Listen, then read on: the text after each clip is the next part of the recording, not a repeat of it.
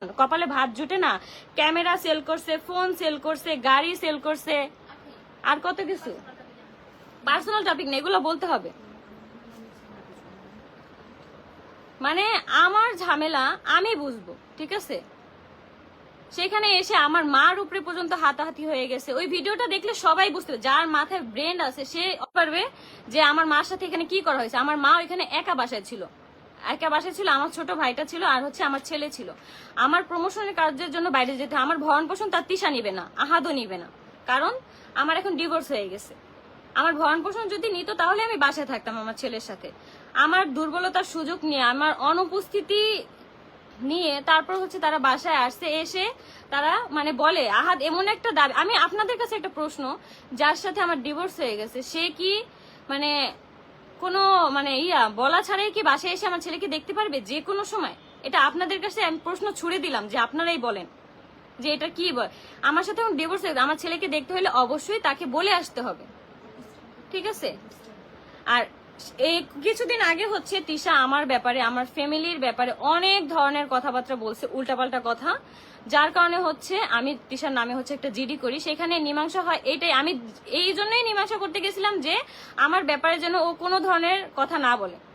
কিন্তু সেখানে হচ্ছে এক পর্যায়ে কথা বলার ইয়াতে আয়েশের ভরণ পোষণ নিয়েও কথা উঠছে, আয়েশের ভরণ পোষণও দিবে এই পর্যন্ত। কিন্তু তারা বলছে তারা ভরণ পোষণ দিতে চায়, কিন্তু আমি নেই না। কিন্তু আমি তো এবার ভরণ পোষণ নিব কেন? এখন আমার ভরণ পোষণ দেওয়া হয়নি আমার ছেলের। তারা নাকি আজকে ভরণ পোষণ দিতে আসছে, অথচ আমার কাছে কোনো ফোন কল কোনো কিছু আসেনি। তারা আমাকে ভরণ পোষণ দিতে আসছে আমার ছেলের।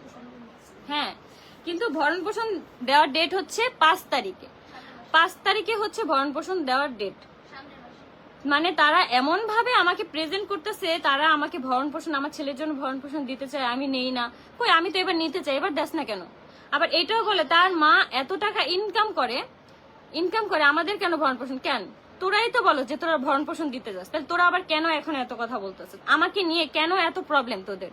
আমি ছাড়া কি ভিউ ব্যবসা বন্ধ যে আমাকে লাগবেই? কোথায় দেখো ভিডিও, একদম মাথায় তুলে ফেলছি তো এই জন্য মনে করো মাথার উপরে উঠে এখন নাচতে আসছে।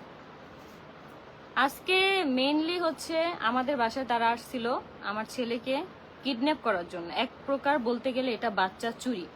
মানে তিশা যে এমন নিচু পর্যায়ে নেমে গেছে, নিজের বাচ্চার কোনো খবর নেয় না, কিন্তু আমার বাচ্চার মানে সবসময় সে খবর নিতে খুবই ব্যস্ত, যার কারণে আজকে আমার বাচ্চাকে চুরি পর্যন্ত করতে আসছে।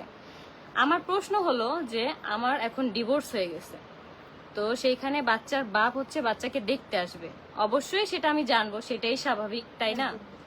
আর সেখানে হচ্ছে শুধু বাচ্চার বাবা আসবে, জ্ঞাতি গোষ্ঠীর সবাই আসবে, আর সাথে হচ্ছে চামচা, রাজার বউ মৌসুমী, তারপরে 203